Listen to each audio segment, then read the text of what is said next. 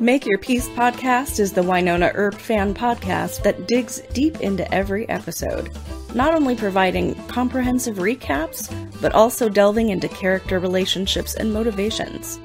Hosts Catherine and Laura take their time exploring all the nooks and crannies of each action-packed episode, puzzling over and speculating on moments you may have missed. If you enjoy a good discussion of your favorite sci-fi show, then this podcast is definitely for you.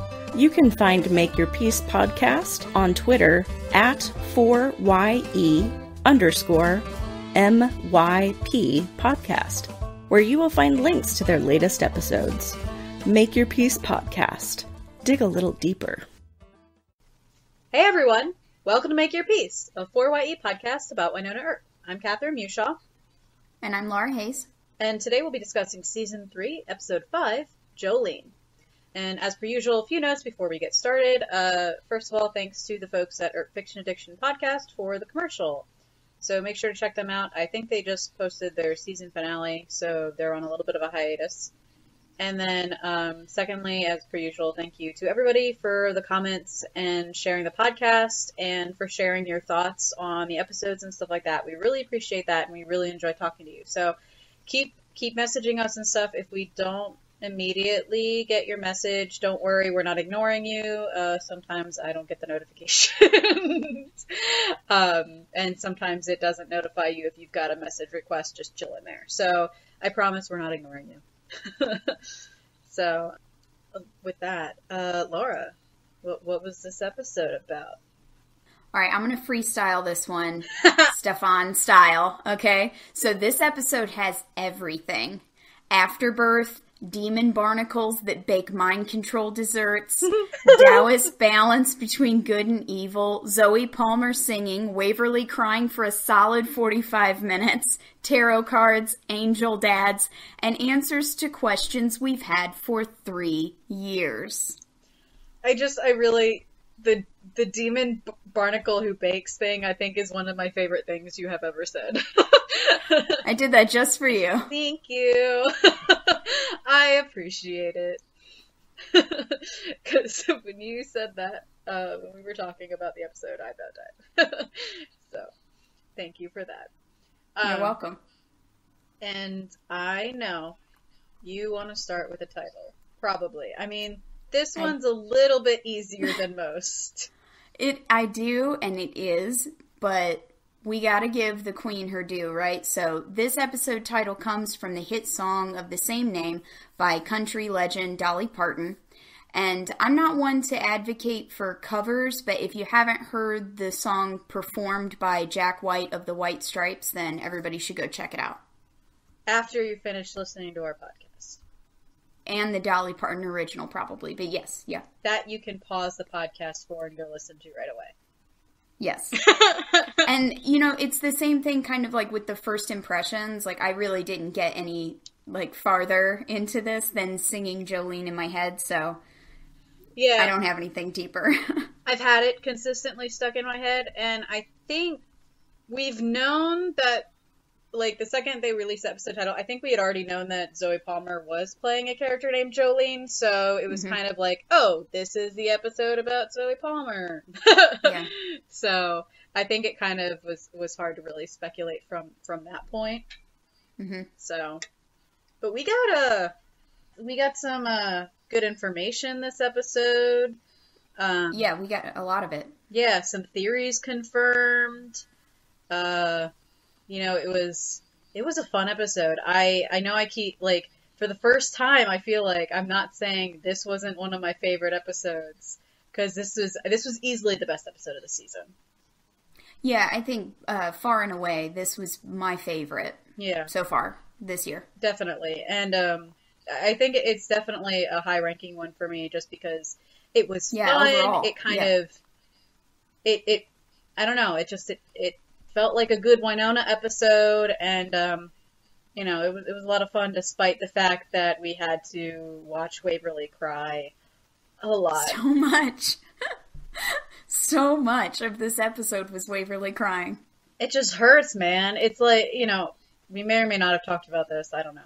But, you know, it's like with Buffy had to, you know, they learned that if they upset Willow, it was like a big gut punch for fans. And it's like, it's the same deal here. It's like, you gotta get that gut punch for Waverly.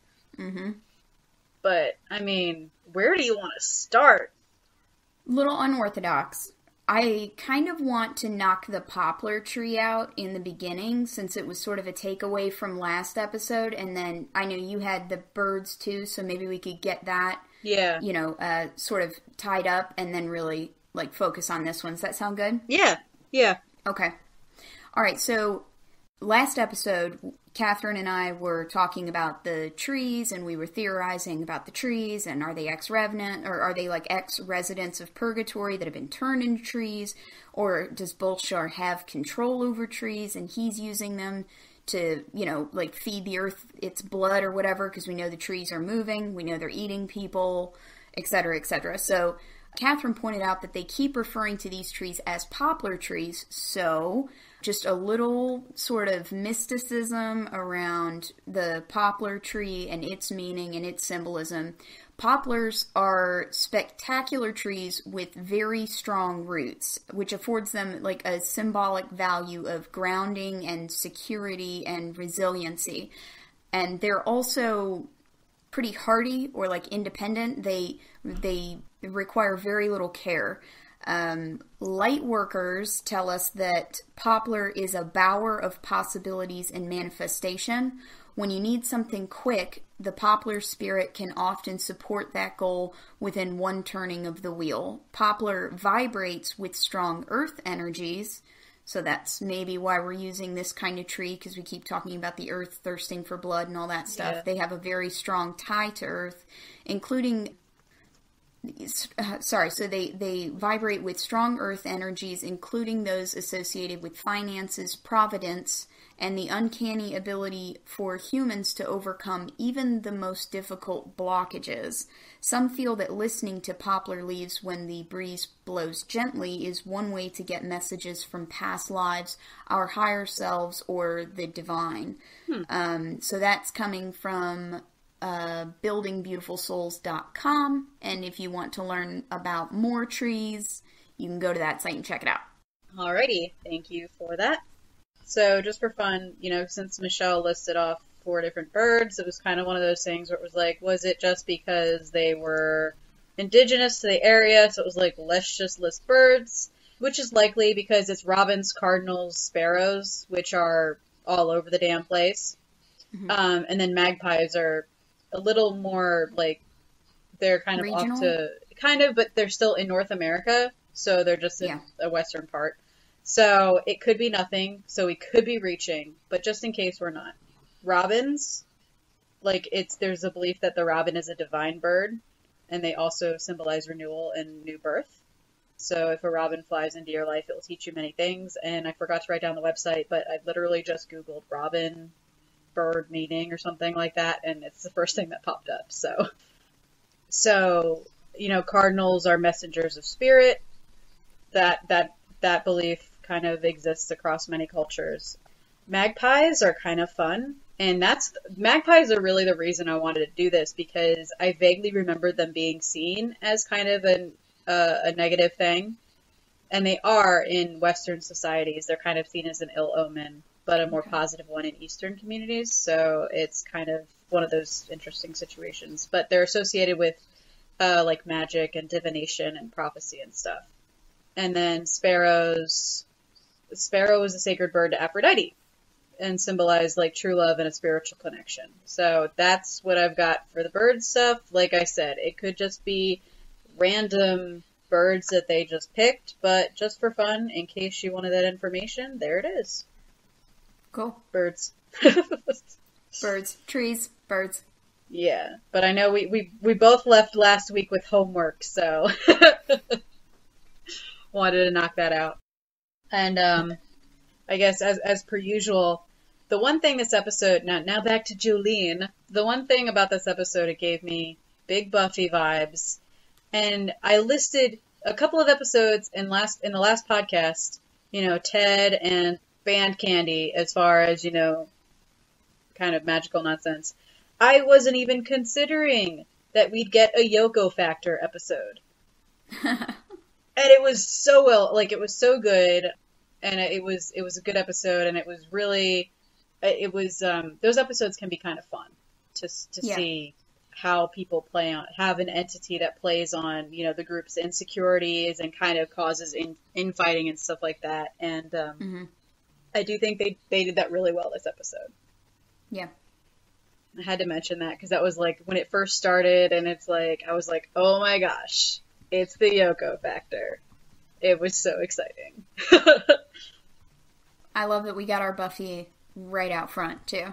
Just knocked it out. I feel like it needed to be right out there. It just throw it out there. I mean, why not? I'm sure we'll find another Buffy thing to talk about, maybe. Who knows? I'm just going to keep asking you where you want to go, where you want to start. There's so much to start with. So I'm going to start kind of an overall thought first, because I have plenty of favorite moments. So, you know. Oh yeah, me too. We can move to those whenever. But one thing that I love that happens right off the bat is that we're shown how Jolene's baked goods work. Yes. And their effect is finite and dosage dependent. And when Doc walks into the homestead to speak with Wynonna, he presumably hasn't had any roofie cookies in his system for the last several hours. But when he begins to step forward toward Jolene, as if to question who she is, he's kind of gesturing at her, sort of confused. She feeds him just like one small bite of a snickerdoodle, and his whole demeanor changes. And hats off to Tim. He handled that beautifully. And it lasts long enough for Jolene to, like, extricate herself, which is really all she needed, right? And then we see Doc's body language change. We see him sort of settle back into his senses and come out from underneath this influence.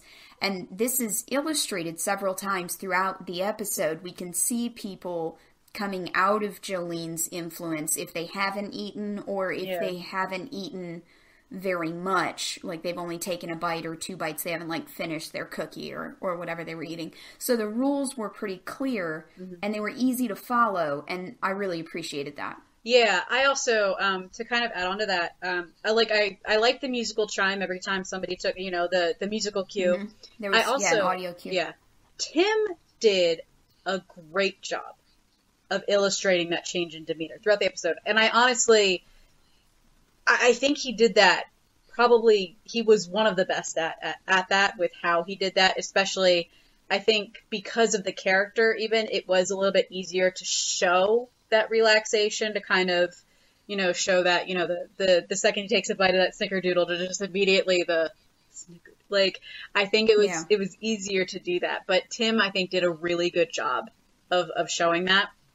I think with some of the others, it was still a little bit subtle. I mean, they all did really good work this episode with, you know, after they'd say something mean about Waverly to, why did I say that? And stuff like that. So, yeah, I did. But I did like watching Tim, especially with it, just because, I mean, he's sometimes really fun to watch.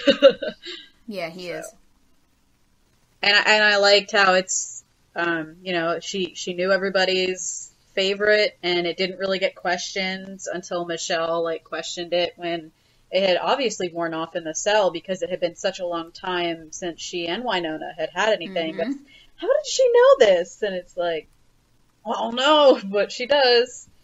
Yeah, it does make you wonder what would she would make you know? And yeah, you get to learn a lot about somebody with, you know, Wynonna's brownies, Waverly's apparently a cupcake to win her over and stuff like that. So, yeah, I thought it was fun. I did wonder if maybe she did something with the booze, too.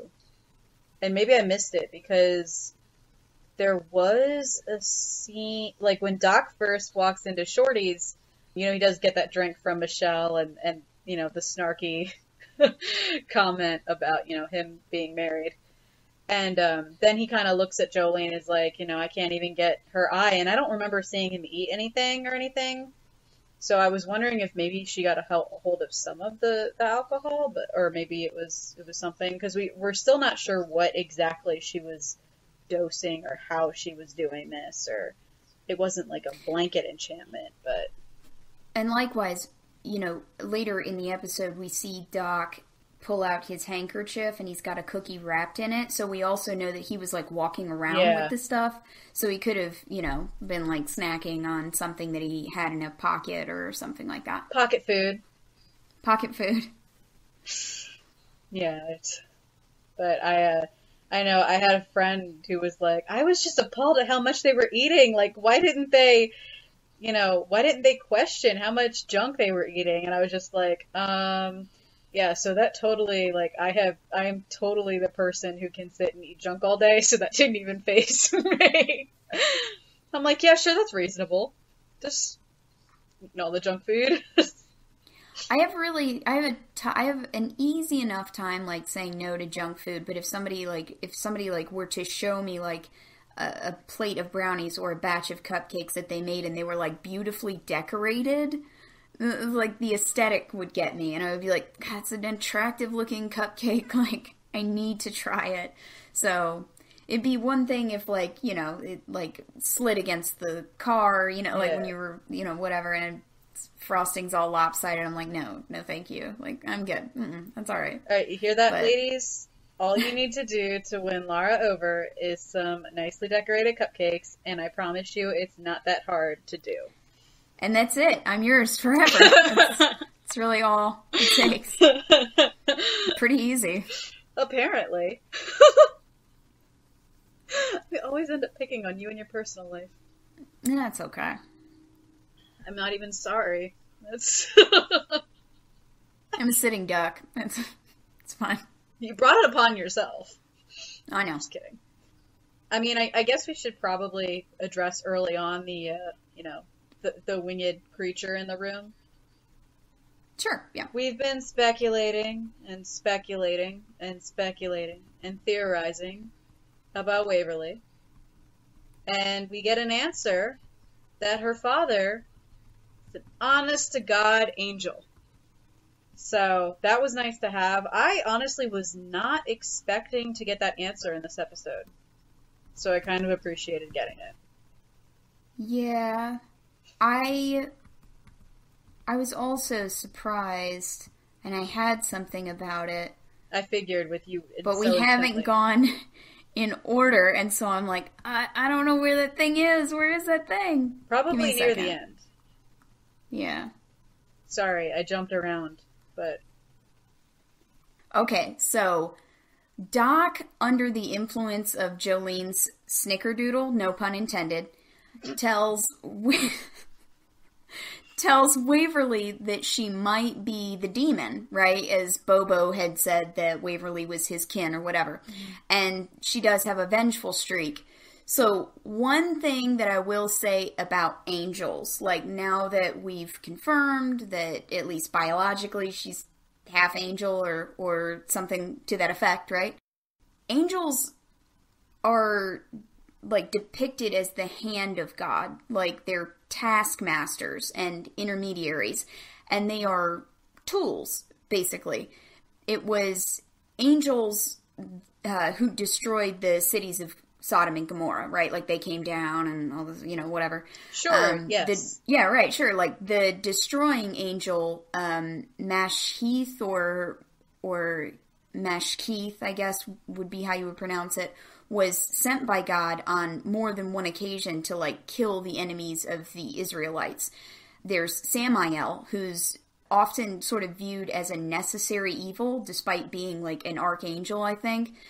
And he's not good or bad. He's just viewed as being necessary. My point being that Waverly's angelic nature does not mean, like, sort of like to what Doc was saying, right? Because he's like, oh, you do have a vengeful streak. It does not mean that she is purely or simply good. We often think of, like, the romantic paintings in the Catholic fashion, you know, like when we picture angels, but there are all sorts of angels who fulfill various roles within, you know, like Christianity, and not just Christianity. I don't mean to be that reductive, and the angels are as sort of varied in deed and temperament as they are in the tasks for which they were created. So, you know, what this sort of means about her, or what we'll get out of her, sort of now that we know that, I can't say. I don't know what her task is, or what her dad's task was, or anything like that, but angels are typically created for specific purposes. They fulfill a role. Yeah, I mean, we still obviously don't know a lot.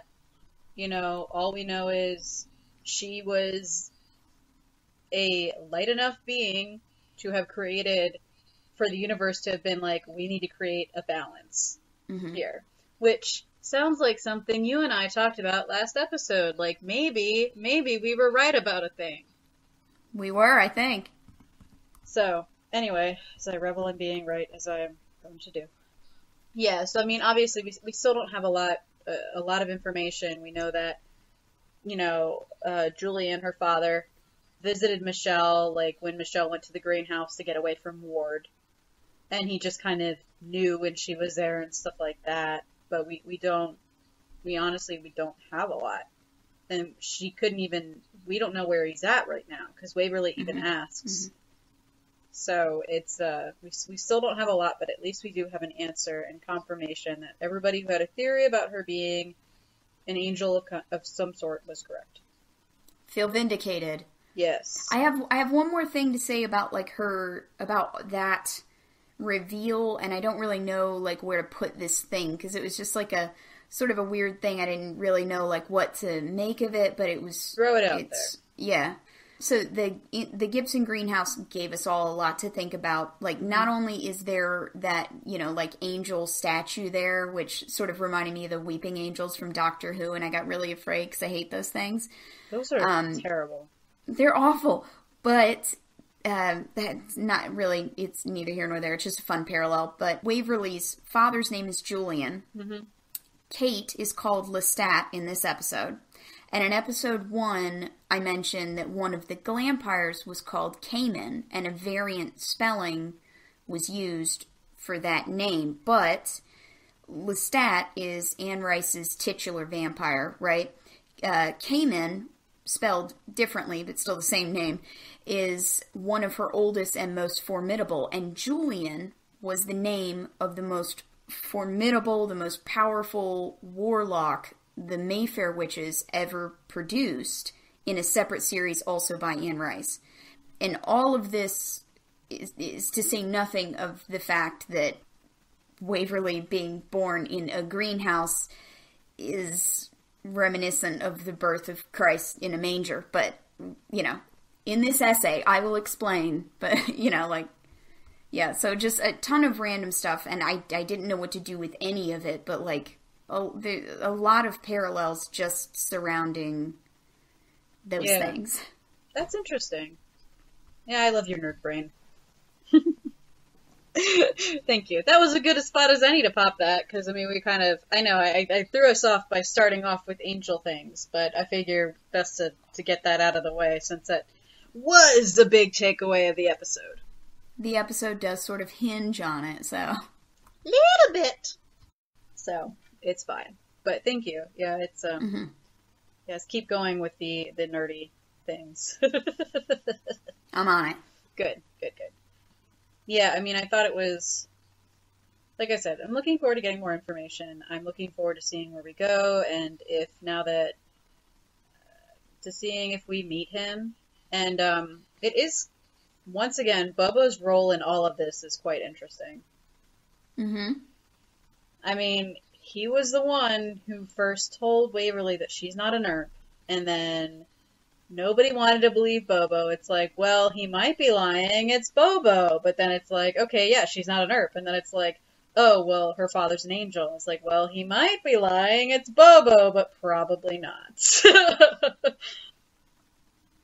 I was so excited to see Bobo go, like, full Renfield down in that well, like right down to the eating the insect lunch and everything, I'm here for it. Yeah, it's interesting that he doesn't seem to have found the tunnel system that Doc lived in. Well, he was kind of, at one point, he had sort of like, I think it was when Wynonna visited him, he had like scurried in. Yeah, it just looked like he was in half of the thing, though. I wasn't sure if that was where he was coming from. But yeah, he's gone a little, I mean, it does help he was thrown in there in like the straitjacket and stuff, so he's looking a little unhinged. Just a little bit. But I do like sometimes that we get information like that from him. There were really only like maybe two things for me in this episode that didn't totally land. And one of them was Bobo. Like, I didn't understand really, like, if he had always known the truth about Waverly's dad.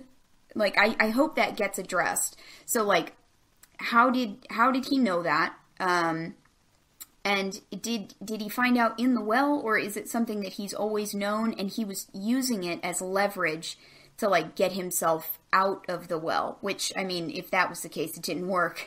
But I don't know if, like, you know, he's gone a little crazier than usual and something was sort of whispering to him or talking to him while he was down there. So that was just a little, and it wasn't, you know, like, it didn't really bother me. It was just like, I don't 100% know where Bobo got this. Yeah. So I hope that comes up. I hope, but I think that it will, because now that we've seen Bobo, I think we can expect to see him again. And I think that Waverly will have questions for him when she finally sees him. So I think I fully expect that to get addressed. I think the other thing that just sort of wasn't 100 for me was how readily the Earps accepted that the prison guard Rev was the demon they'd been hunting all along. But given how quickly they come to Jolene's aid after, because right after that, Waverly butts her in the face with that shotgun. And the scene that sort of follows immediately after, I think it's safe to assume that they were still under the effects of Jolene's baked goods. Yeah. And that she wanted them to believe that. So not only do these, you know, like, baked goods make people, like, docile, but it probably also makes them super suggestive. Or maybe she can sort of bake the truth she wants you to believe into the food, for all I know. But those were the only two things that didn't feel totally seamless to me. Yeah. For once, it's you. No, I'm just kidding. Well, I mean, I still, I mean, even, like, like, going through this, like, I think there are explanations for these things. They were just the only things that, like, you know, so I sort of snagged on a little bit. And I was like, well, how does this work? That kind of thing. I think it's maybe, I think a couple of things are feasible. I think it's feasible that Bobo was holding on to this information until he could use it. I think that's definitely feasible. I think it's also feasible that, you know, we don't know when the last time, because we know he was sent to hell at the end of season 1. And then he came back in season 2. We don't necessarily know if maybe he learned something there, because we don't know how long he's, like, we don't know when the last time he was sent there was. You know, we know it's not like Ward sent him, and we don't know if maybe the heir before Ward did. So maybe it's been a while, and, you know, maybe he didn't necessarily, maybe it was information he's gained, you know, not sure about that one. I kind of thought it was weird too. It's like, you know, he tried to make that deal with Doc, but then, like, he gave Doc the information and was like, you owe me a visit from Waverly. And it's like, you gotta make that deal better, dude. So yeah, I would assume he was probably waiting until that information would benefit him in some way. Like, he might have been trying to get out of the well, or he might have been trying to get some company. Who knows? Because he's been trying to get Waverly to him, and it could be a matter of maybe Bolshar will help him out of the well if he gets him Waverly, or something like that. Like, maybe Bolshar wants Waverly. Sure. So, not really sure, but I get I kind of get you on that one, though. Yeah, those were the only two things that sort of took me out of it just a little bit, because I was like, I need more. I need more information. Yeah, and we do see them questioning the Revenant thing a lot, but so I think that is just a matter of whatever it is that Jolene did, whether it be a drug or some sort of enchantment, we're not entirely sure, a combination of them, I think it did make them kind of suggestive, or, you know, it enabled her to kind of manipulate some stuff. So I think very few people were thinking clearly in this episode. Yeah. So we've talked a little bit now about like the observable effects of like Jolene's baked goods and, you know, what they like do to people. But it's not her only power, right? Like, we accept that she is, in essence, the opposite of Waverly in every way. She's sort of the dark to her light, and it makes complete sense that Jolene's gift is seeing or knowing the weakness in people.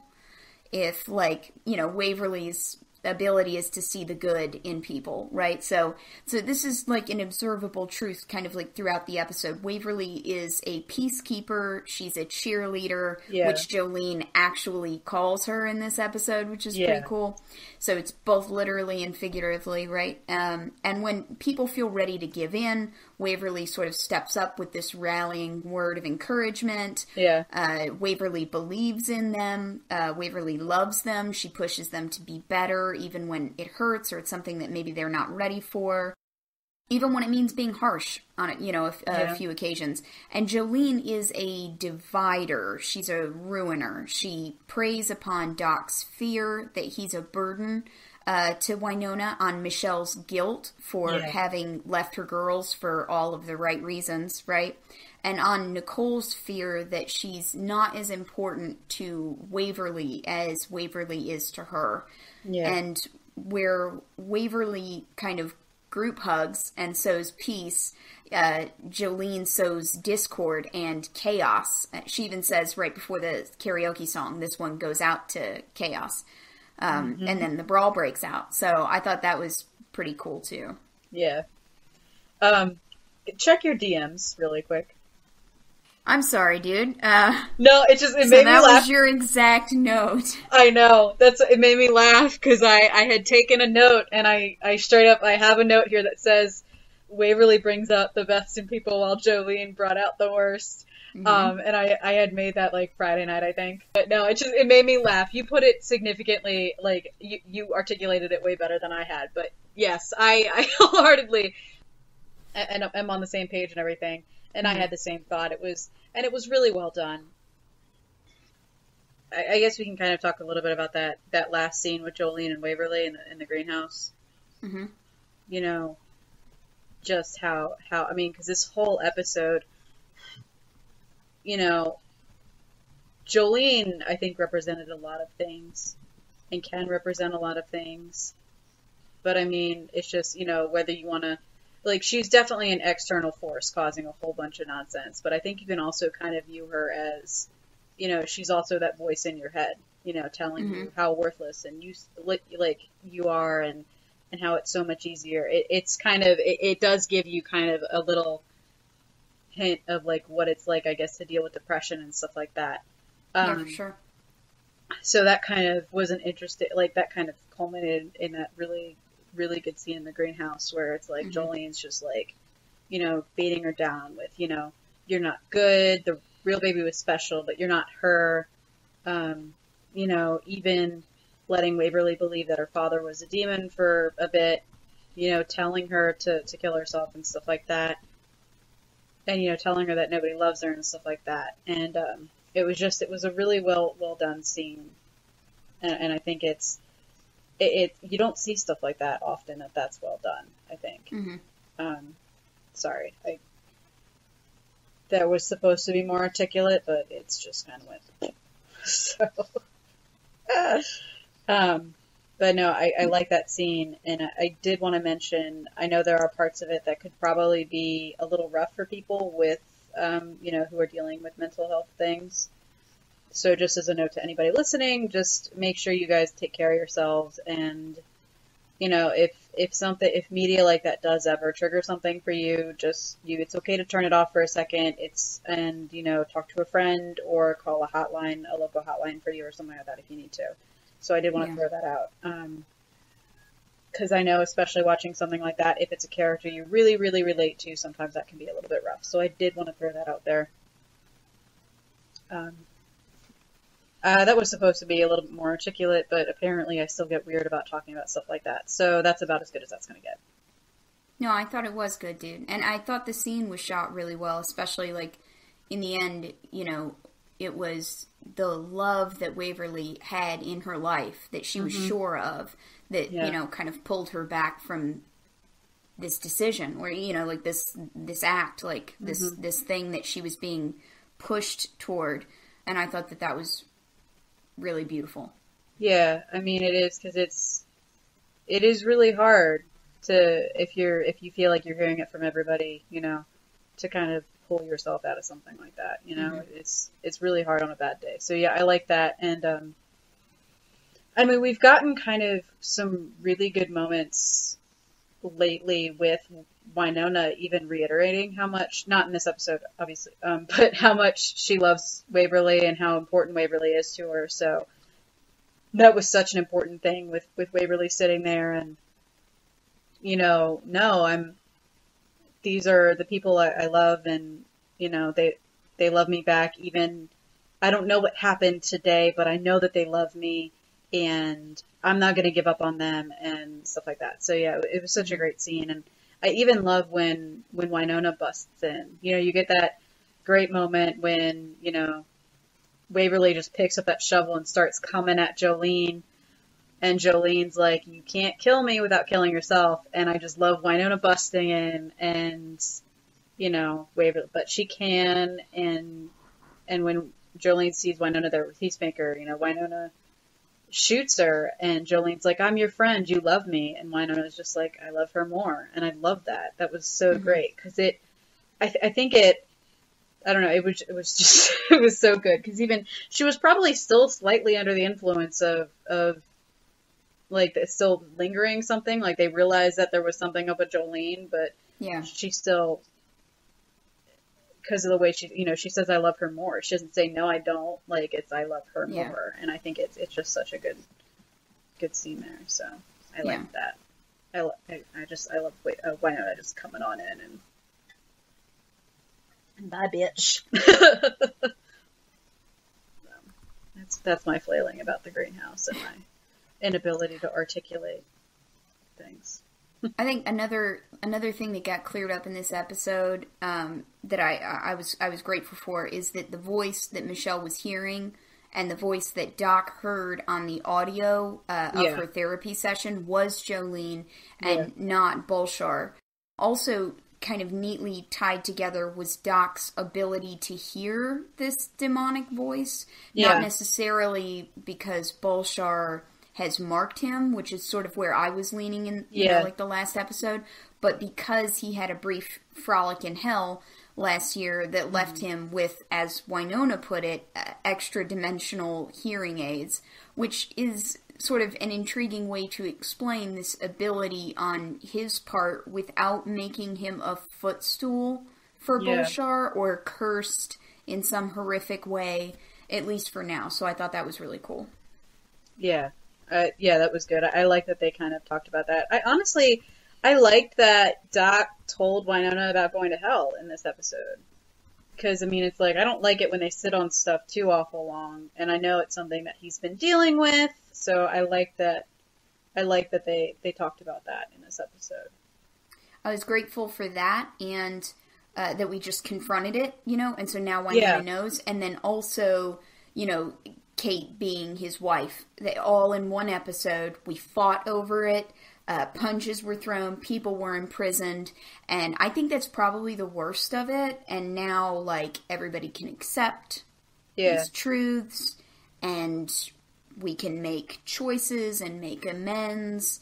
But the shock of all of that is over and done. And I'm with you. I don't like it when sort of, I think drama can become melodrama, right, when it's strung out over, you know, an inordinately long amount of time. So I'm glad that that's not happening. Yeah. And I also, even though it led to a really rough, like, thing from Wynonna, I do kind of, and, you know, Wynonna maybe have been a little extra harsh because of Jolene's influence.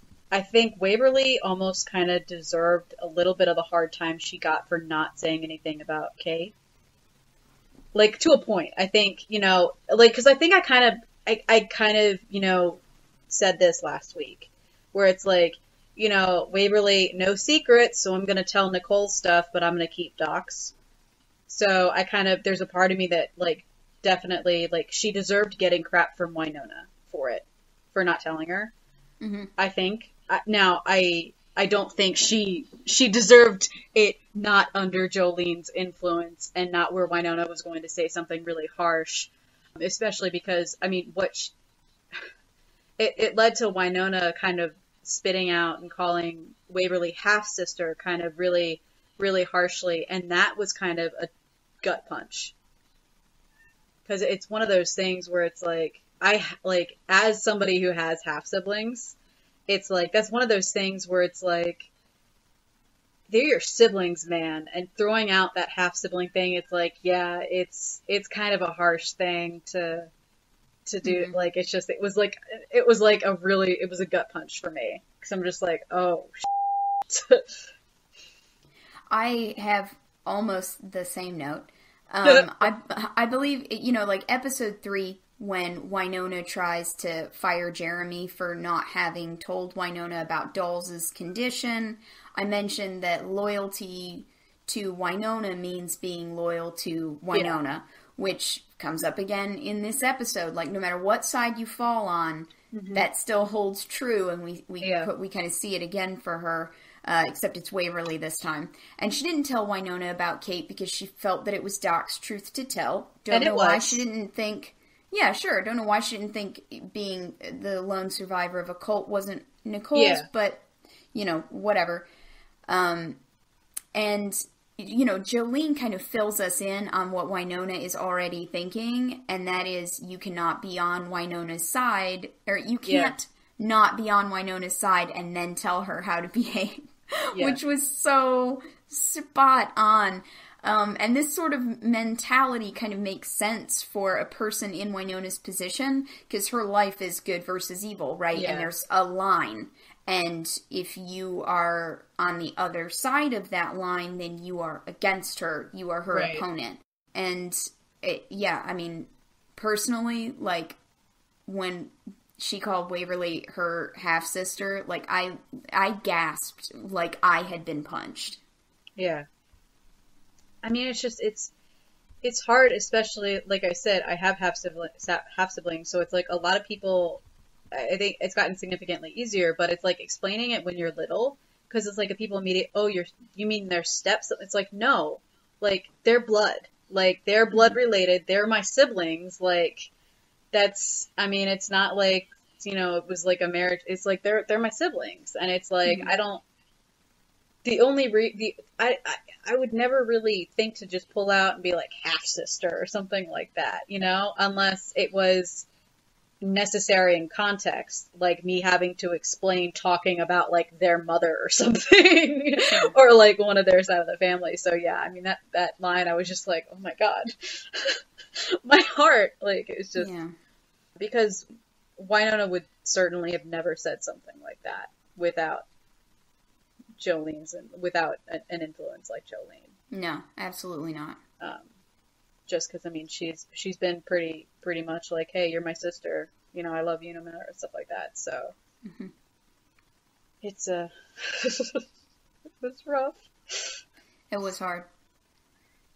I think one of the like moments that was sort of gave me like the biggest like warm fuzzies. Mm-hmm. Or, you know, where it was, and I don't know if it necessarily landed with everybody, but I do love Waverly coming out to Michelle. I love that scene. I think it works for me on, like, 3 levels. Mm-hmm. And, like, 1, Wynonna thinks that the scandalous part of Waverly's relationship is that she is an Earp who is dating a cop. Yeah. Not that she is a she, you know, like, and 2... Waverly clarifies Nicole is a woman, like, so simply and with so little forethought. Yeah. And then the last sort of component is you can see that Michelle was not expecting this, but you can also see that she makes a concentrated effort not to show shock or overreact or do anything to make Waverly feel uncomfortable or defensive. Like, Waverly is dating a woman, and if they live long enough, Michelle would like to hear more about this woman. So I suppose, like, in a nutshell, like, what really worked for me about that scene is the way everyone prioritized information. All three characters.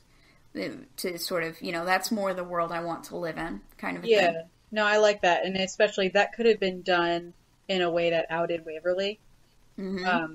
And that would have been really upsetting because, you don't out people. But no, I agree with you. I like that it was left in Waverly's hands to be like, oh yeah, her name's Nicole. But yeah, I liked Michelle's reaction too, and I just like the cool, let's table this for when we're not in mortal danger. Okay, thanks. Well, we'll talk about this later.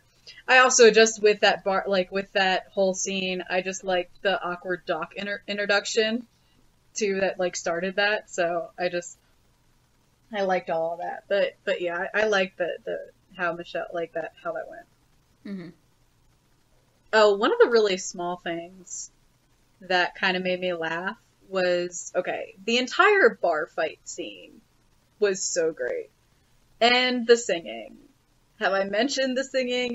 The singing is fabulous. No, I enjoy that. But I do like when Wynonna and Waverly are arguing and Waverly tosses the drink on her. Wynonna's scream when she does that is so good. I love it. It made me laugh every damn time I watched. I think, before we move away from Shorty's and the bar scene, I love that Taro showed back up. I was like, yay. But, after sort of the brawl, everybody gets put in the drunk tank for a little while. Kate slaps Jolene's hand on the tarot deck, and you and I talked about this before. So, again, a card reader will typically ask you to touch the cards or to pull your own cards to get your energy on the deck. So that's why Kate was doing that, right? And the card that Kate pulls for Jolene is the Five of Wands, right side up. And this is not a positive card in the upright position. It signifies trouble, conflict, competition, or discord. And wands, wands typically represent creativity, innovation, invention, things like that. Fives of any suit typically represent conflict or change. So it's not a stretch for Kate to see this card and warn Jolene that she owes a debt, though debt is not necessarily represented by this card. And that word choice probably has more to do with what Kate knows about Bolshar, and she also seems to know who Jolene is. So I think that's sort of coloring that interpretation a little bit. However, what is clear is that Jolene has not sworn fealty. She is a rogue agent going after Waverly, and she has ignored protocol to pursue her own ends, and this has put her in conflict or in opposition with Bolshar, making the Five of Wands a pretty good choice for this episode. Excellent. Thank you for that. Welcome. And with that, I do have a thing I want to come back with the bar, but since we're talking about that a little bit. Yeah, and I mean, she doesn't even seem to, Jolene, instead of, she doesn't seem to even believe that Bolshar's back. She doesn't believe that until later when she attacks Nicole and the ring appears and burns her. And, whose ring is this? Whose ring is this? And then it's he's risen. Mm-hmm. And then she, of course, at the end is oh, well, the girl was for you, that's fealty and everything. And it looks like she got turned into a tree or something, big, massive things. So yeah, it's Jolene was completely she had her own agenda and was completely disregarding anything that anybody wanted. So yeah. But yeah, I really liked that Kate took her hand and slapped the deck. I thought that was really great. I did too. I really liked that. And, before we get away from the ring, good on Doc for knuckling up and telling Bolshar where he can stick it. But the ring is somewhat of an anomaly to me. Why would it return to Nicole Why are Nicole and Doc able to touch the ring, but Jolene was not? What does the ring do?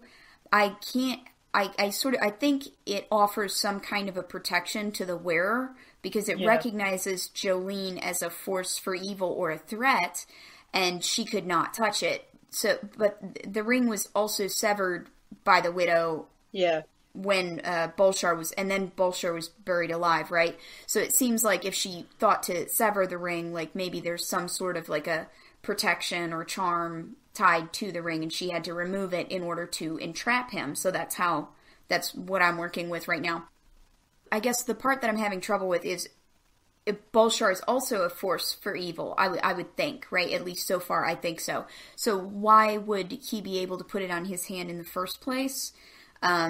And also, like, why would, if what it's supposed to do is, like, to protect him, then why wouldn't it view Doc or Nicole as a threat, but it would identify Jolene as one? I don't know. And I think it'll be, like, more clear, now that it's actually being worn by someone. So now that it's, in full-on costume, being integrated into the show and presumably into many scenes to come, I think that we'll get that explanation now that it's not something that's just being discarded. It's something that's actually being worn.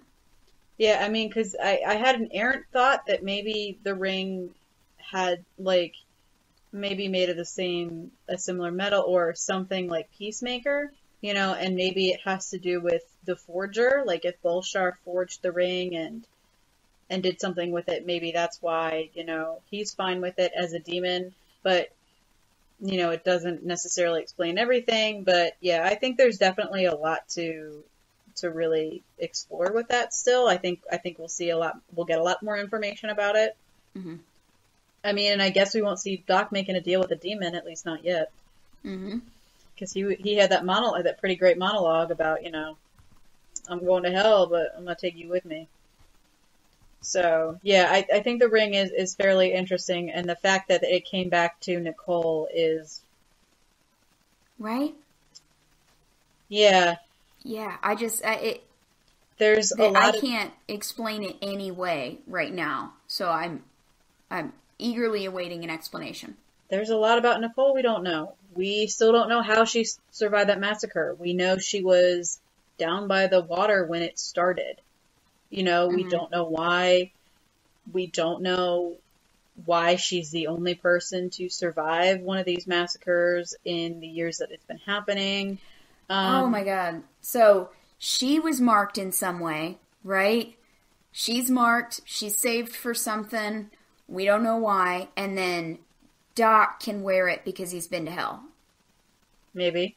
Maybe there's more to Nicole than we know. So I'm sure we'll get our answers at some point. But yeah, it's definitely a lot of food for thought there. Mm-hmm. And the last bit of Shorty's thing I just wanted to mention, I really liked that they paralleled the way Hot meet cute. Yeah. And even just for fun, I rewatched that scene like right before we got on our call, just to see if maybe it was even the same beer tap that broke. Like, it was not. It was not. I was really hoping it would be, but yeah, I really like the kind of parallel of the way Hot meet cute. Since, I mean, it was very clear that Jolene was going to go after, everything that Waverly had. Yeah. To make it her own. Mm-hmm. So I like that a lot. I mean, on some parts it's like, no, don't do that. But not gonna lie, I got really, really nervous when Jolene walked into Waverly's bedroom and like started hitting on Nicole. I legit sent a friend a DM that went, no! Yeah. I was so nervous. That ended significantly better than I was expecting it to. Yeah. And Jolene straight up tries to kill her after she rejects her.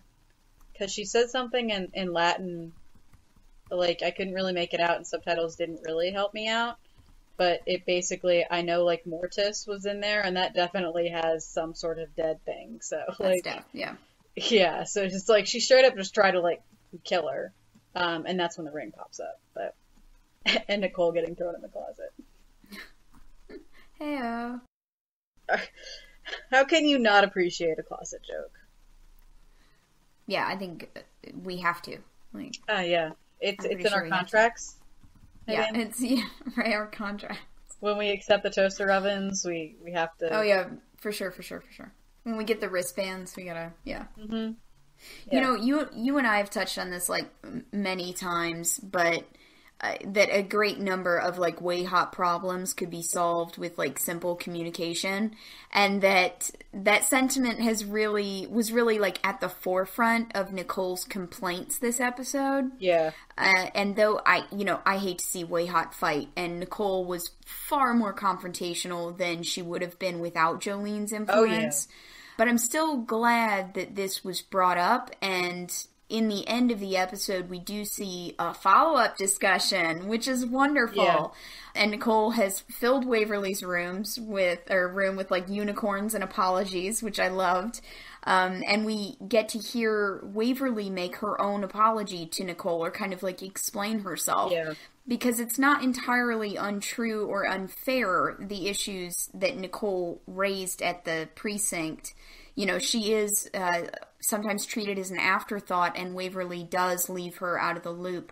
But from Waverly's sort of explanation, apology, to Nicole, we get the sense that Nicole is her refuge, like her one sane, stable retreat person.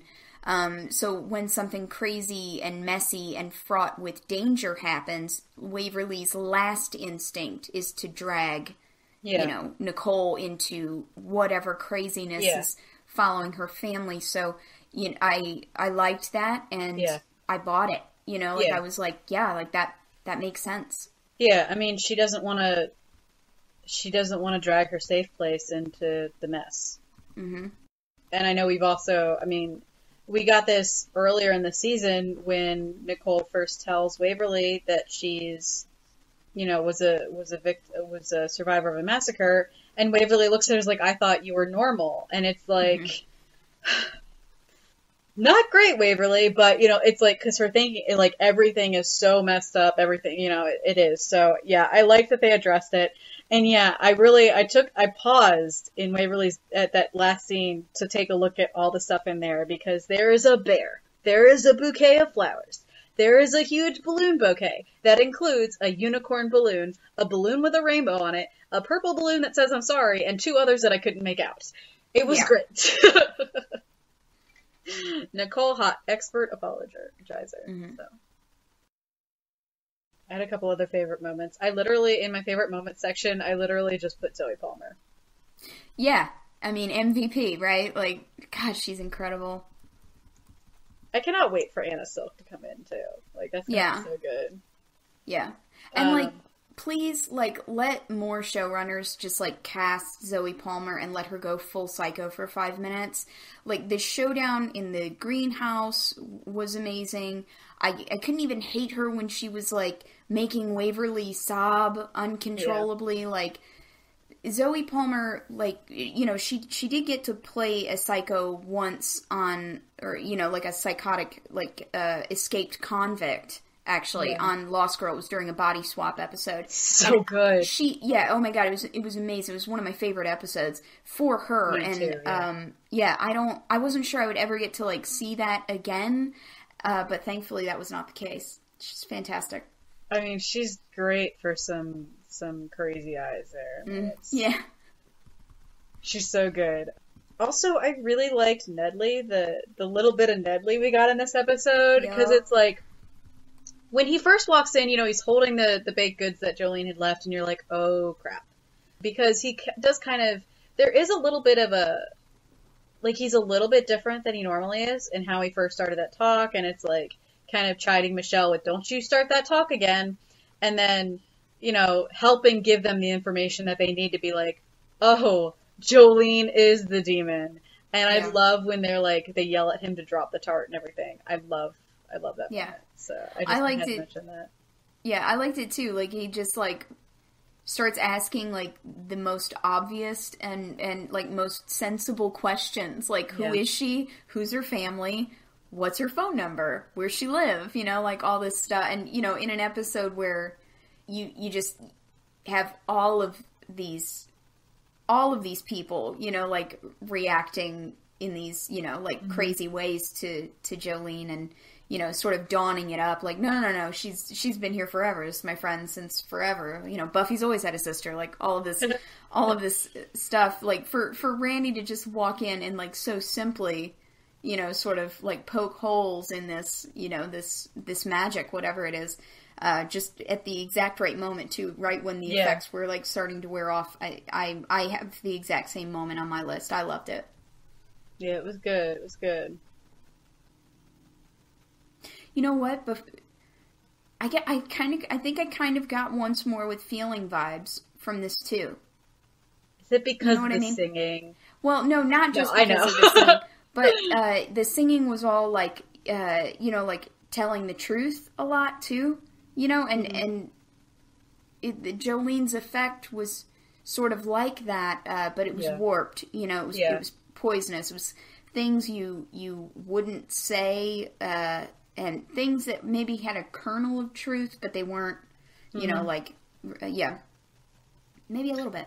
Yeah. No, and I now that you say that, that's a good call. I was not expecting Once More with Feeling to come up either. Such a good episode. So I want to go watch Once More with Feeling. Yeah. Yeah, it's so good. Because, I mean, it is, I mean, it's little bits and just playing on that little insecurity, so it's so good. See, I knew we'd get more Buffy later. Always do. It was really kind of nice. This is the second time this season, I think, the second time that we've heard Wynonna say "make your peace" again. Yeah. So I kind of like that we've got her saying it again, because I thought that was, you know, she had stopped in season 1, and I think we went pretty much all of season 2 without hearing it. So it was nice to hear it again. It's nice that she's kind of maybe back in that kind of thinking or whatever. So I like that. Also, I forgot to mention this earlier. You got a body part. I got a tongue. Yeah. Yeah, That's still, I did. Yes. He lost his body. It still counts. We got a body part. Yeah. He got his tongue cut out. So, you know, that scene too with Jolene, that was one of my favorite moments of the episode. Really? Yeah, the way that she acted it, the way that Zoe Palmer like handled that scene, she kind of gave me Root feelings, like from Person of Interest, as far as like, you know, that whole like pie confrontation with the prison guard, the Revenant. It reminded me of, like, I think it's, like, season 3, Root tells her psychiatrist, like, all about himself. Like, every unimpressive, horrible fact about him. And she just, you know, she does it in her unnerving, chipper way. And Jolene does the same thing in this scene. She sort of, you know, she lures that Revenant out with the pie and her easy manner, you know, her affable voice. And she tells him that she knows, you know, all about the drugs he gave to the girls on his ward so he didn't have to chase them, you know, too fast, and, you know, which ones he chased and all this other stuff. And you know, she says, like, you know, she's fine with it, you know, like, she's, you know, she even found it amusing, you know, like, to a point, but she won't let him get in the way, and now that he's in the way, he might as well be useful. And that whole, you know, like, just the way that it was all handled, you know, probably with that, you know, high octave, you know, like peppy psycho voice, you know, like I'm trash for it. I love it. And I thought Zoe Palmer really, you know, sort of sold it, because she just, you know, she kept that tempo, you know, like she kept that pitch in her voice, even as she was starting to get more and more threatening, which I don't think is a very easy thing to do. Yeah. But it does, you know, make for such a better demon or such a better villain when, you know, you have that really nice, smooth, like, just perky and, you know, just your nice little neighbor voice or whatever you want to put on. It makes it for such a fun villain, and such, because you get that nice contrast, and, you know, you can you can have a little bit of fun with it, I think. Mm-hmm. I mean, she did throw away a perfectly good pie, which is kind of terrible, but... Yeah. I mean, it was dosed, but it was still a perfectly good pie. I'm a sweet tooth. I hate to see food go to waste. Let alone wonderful pie. I mean, it was probably good. I don't know what kind of pie it was. Maybe it was, I don't know. And, you wonder if it was, like, his favorite, like, baked good, or did she just happen to have a pie that she just happened to And bake? she wasn't going to let him eat it anyway, so she was just taking it out to taunt him. I want to know where she found the time to bake all that. Magic. It had to have been. It takes way too long to do some of that stuff. I think something else that was, like, really funny was, like, in the very beginning, like, just now that we're winding down the podcast, let's go back to the start. Like, Mama Earp, like, tied up in the barn, that was all incredible. Like, not only was her tirade about the demon stalking Waverly unbelievably informative, I do believe the writers were having a spot of fun with the audience, like giving a massive information dump to address these questions that we've had for years at this point, and to do it in under 60 seconds. Yeah, I think that was intentional. I do think they were having a good time with that. But, I tip my cap to them. It was well played. And I think, given that, like, strict time limit, if anybody other than Megan Follows had been, like, cast in this role, I think it would have been very difficult to make this shared history, and her struggle with the demon that she bound to herself to protect Waverly, like, a far less impactful moment. Like, if you asked somebody else to do this in 60 seconds or less, like, that was, it was a feat, and she really sold it. Yeah. I mean, it was good, and some of it we kind of, I mean, we got a lot of information, Mm-hmm. Demon's been stalking Waverly since she was a baby. Michelle was trying to exorcise it and it didn't go well. Mm-hmm. It came down to her, and then I actually had to go and rewatch the scene when Waverly visits her from last episode, because when Waverly touches her, that's when Michelle starts saying she's unbound. Mm-hmm. So I thought that was really nice too. I like moments where it's like, oh, I'm gonna go back and look at this, and it's like, oh, I see now. Like, it's like, that makes sense now. Yeah. Because I know we talked about that moment, but I don't think I mentioned that Waverly had touched her. I don't think I was just kind of like, oh, whatever, she touched her. So it was nice to see, like, I always like it when it's like moments that I brushed off. It's kind of nothing. It's like, oh, wait, that was more important than I thought it was. And I think it's come up previously that, like, they don't have any baby pictures of Waverly, hasn't it? So I have the same note. Yeah. Yeah, it was nice to have, like, a reason for that. Like, it was nothing about, like, Waverly being loved less. It was Michelle. Or Ward being awful. Had nothing to do with that. I mean, he was, but it still wasn't on him. Yeah. Yeah, no, it was Michelle doing what she could to fix this and save her child. Mm-hmm. That was one thing. It's like, they made the comments about, Michelle abandoning her, which is interesting considering it's not like she left. She was arrested. Mm-hmm. And Ward most certainly didn't help with that. Yeah. Ward made an effort to get rid of her. Mm-hmm. And all she was doing was trying to protect her child. Mm-hmm. So, Ward is terrible. Yes.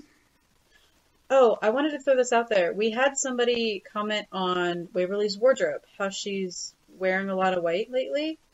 She was wearing a sweater in the barn. I was so excited for her. Yeah. I was like, she's got to be considerably warmer. Go ahead.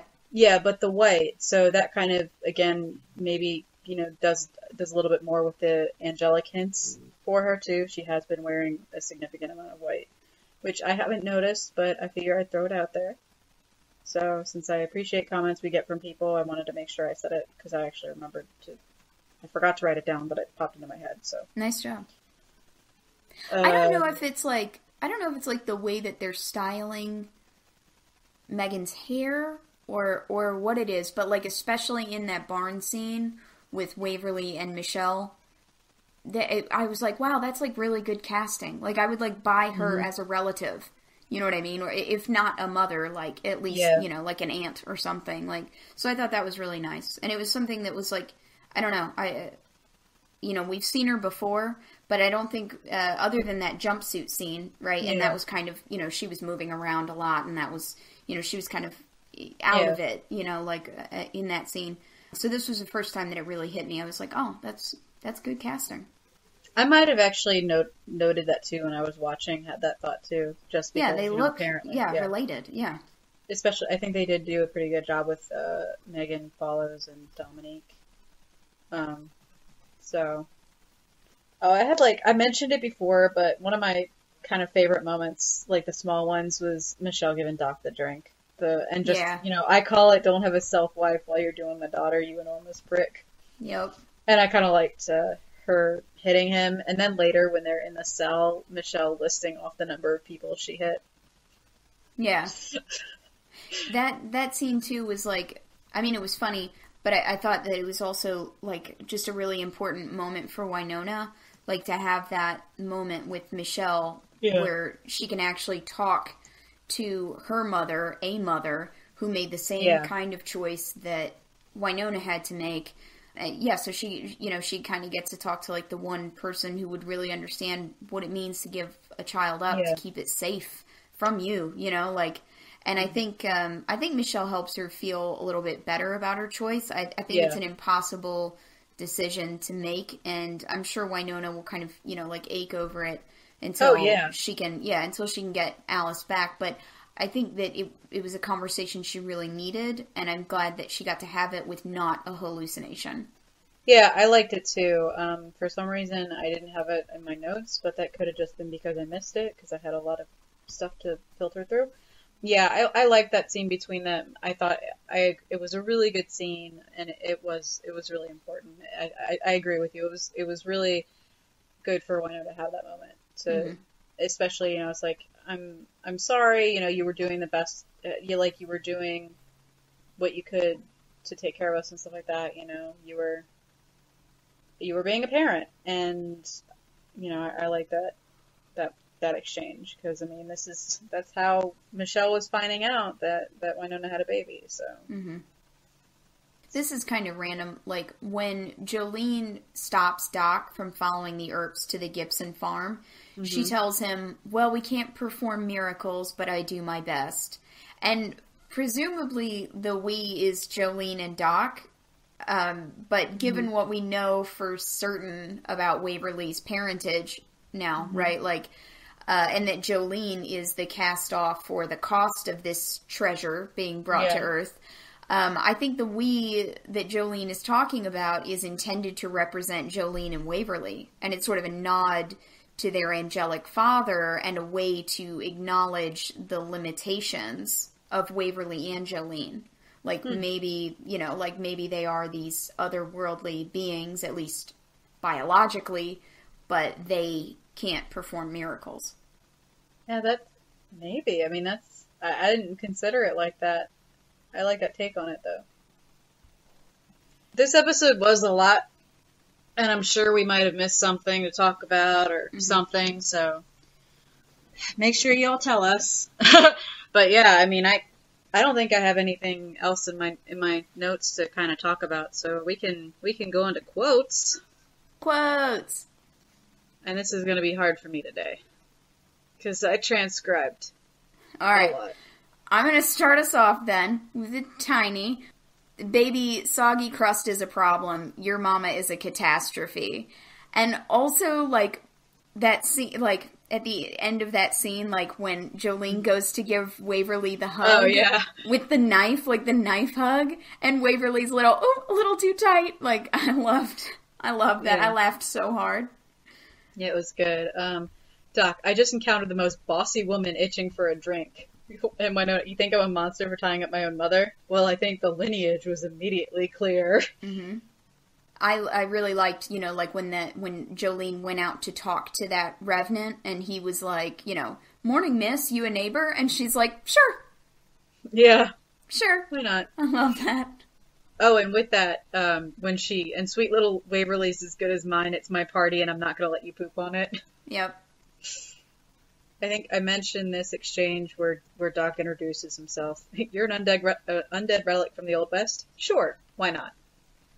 That same scene when Jolene walks in and she's like trampling over like Michelle and everything, and she's like, she abandoned... No, I didn't. Sorry, she left 3 young girls alone with their alcoholic father. It's like, ooh. Well, she didn't abandon them or leave, so... Yeah. Points to Michelle. But, let's see, you mentioned the extra dimensional hearing aid line already. I like a lot of Jolene's lines, I think, just because of how they were written and delivered. Mm-hmm. Like when she's talking to Doc and it's like, she's too nice to say any of this, but Nona's got a whackjack mama and a badass demon on her plate. And, Yep. I mean, does she really need a mortal bartender with half a lung and a probable mood disorder dragging her down? Well, that is somewhat reductive. That was probably... I have that one too. That was probably, I think, one of the best, like, written and delivered lines this episode. Oh, it was really good. Yeah. And Doc just looks so, like, beside himself. Yeah. That was like, he's gonna cry. Like, it's so good. Yeah. You can have a really sweet grow up in here. Such a Wynonna line. Like, such a Wynonna reaction to a family greenhouse. I really like it when Jolene gets pulled over and she tells Nicole, I need your girlfriend to finish all of this, and of course I can't physically harm her. And she's just telling everybody the truth because they can't do anything about it. I love that. Nicole's just like, what? And she just kind of, she takes her elbow and pushes the scone. Yeah. Yeah, and I mean, just again, in that same like conversation, there are often some typically nutty mission, Wavy, Nona, and their fugitive Mamacita. And it's like, oh, and make your peace through mime if necessary. Yeah. So good. You already called out the don't have a stealth wife while you're doing my daughter.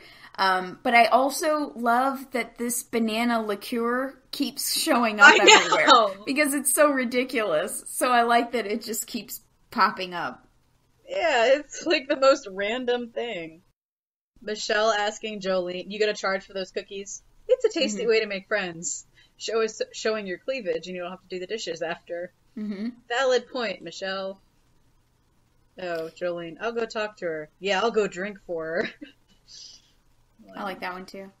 Honestly, this was an episode that like had me so wrapped up in the plot and like speculation that I just forgot to make my quote notes. So I'm actually out of them. But I would have to say that like anything that Jolene said was probably my favorite line. Like I recognize that it was an extremely well written episode. Yeah, I was just not focused on quotes. Mm-hmm. Yeah, and it's like my quotes section is much larger because I sat there and typed up a lot of the interactions just for my own notes. But I was able to watch the episode 3 times, so I was able to kind of really sit down and on my third rewatch, like take a bunch of notes and note down all my quotes. So of course I have more on my list. It makes up for last week. I was off my game last week. I do like when Jolene is hitting on Nicole and Nicole's like, "Are you even gay?" Yeah. I can be whatever you want me to be. And it's like, okay, cool. How is that big nose Kate? Her nose is perfect. Yeah. Now she's stuck with that nickname forever. And, yeah, I mean, it's a lot of Jolene lines just because of her delivery. Yeah. I mentioned the whole exchange with Nedley. Oh, wait, that was it. That was the last one. Oh, the rest cool. of these, right. Yeah, the rest of these are just me transcribing scenes. I legit have the entire Way Hot scene at the end, Doc's monologue, Wynonna's conversation with Bobo, all of Jolene and Waverly's dialogue from the greenhouse. You're a crazy person. I know, I have a problem. It's really good for reference. Yeah. And that's not even counting the quotes that I have in my other... Talk about unhinged. I'll give you a little Jolene. Sure. Sure. Was so glad I could see you do that. Sure. Just made it better. Yeah, I mean, God, it's like I said, there's so much in this episode. It's like I feel like there's still something like, but it's like I can't. It feels like we've got it knocked out, but I'm sure there was something we forgot. So yeah, I really want to know your all's thoughts about this episode, our dear listeners, just because it was a good one, and it gave us a lot to think about, and I'm excited. Next week we get our holiday episode. Well, next week. Yeah, that'll be fun. Next week we'll be talking about it. It's this week we get the holiday episode, but words. But yeah, I mean that is everything for me for this episode. So with that, thank you everybody for listening. And if you haven't read my recap yet and you're interested in reading it, you can check it out. I've retweeted it from the Make Your Peace Twitter, which is 4ye_MYP podcast. And you can also check out the 4ye Twitter at 4_y_e. That one actually is the Twitter that it posts from, and sometimes I forget to retweet it right away, or I don't get a chance to. So give us a follow. You'll also see some of the other stuff that everybody at the site covers, so it'll be fun. You can also go directly to the site at 4ye.co.uk, and that is the number 4 for all of those things. And you can find me on Twitter at cmeushaw. That's at CMEUSHAW. Where can they find you? You guys can find me on Twitter at RSMayfair. Alrighty. So thanks again, guys, and I'm excited to talk about the holiday episode next week. Woo! Yay!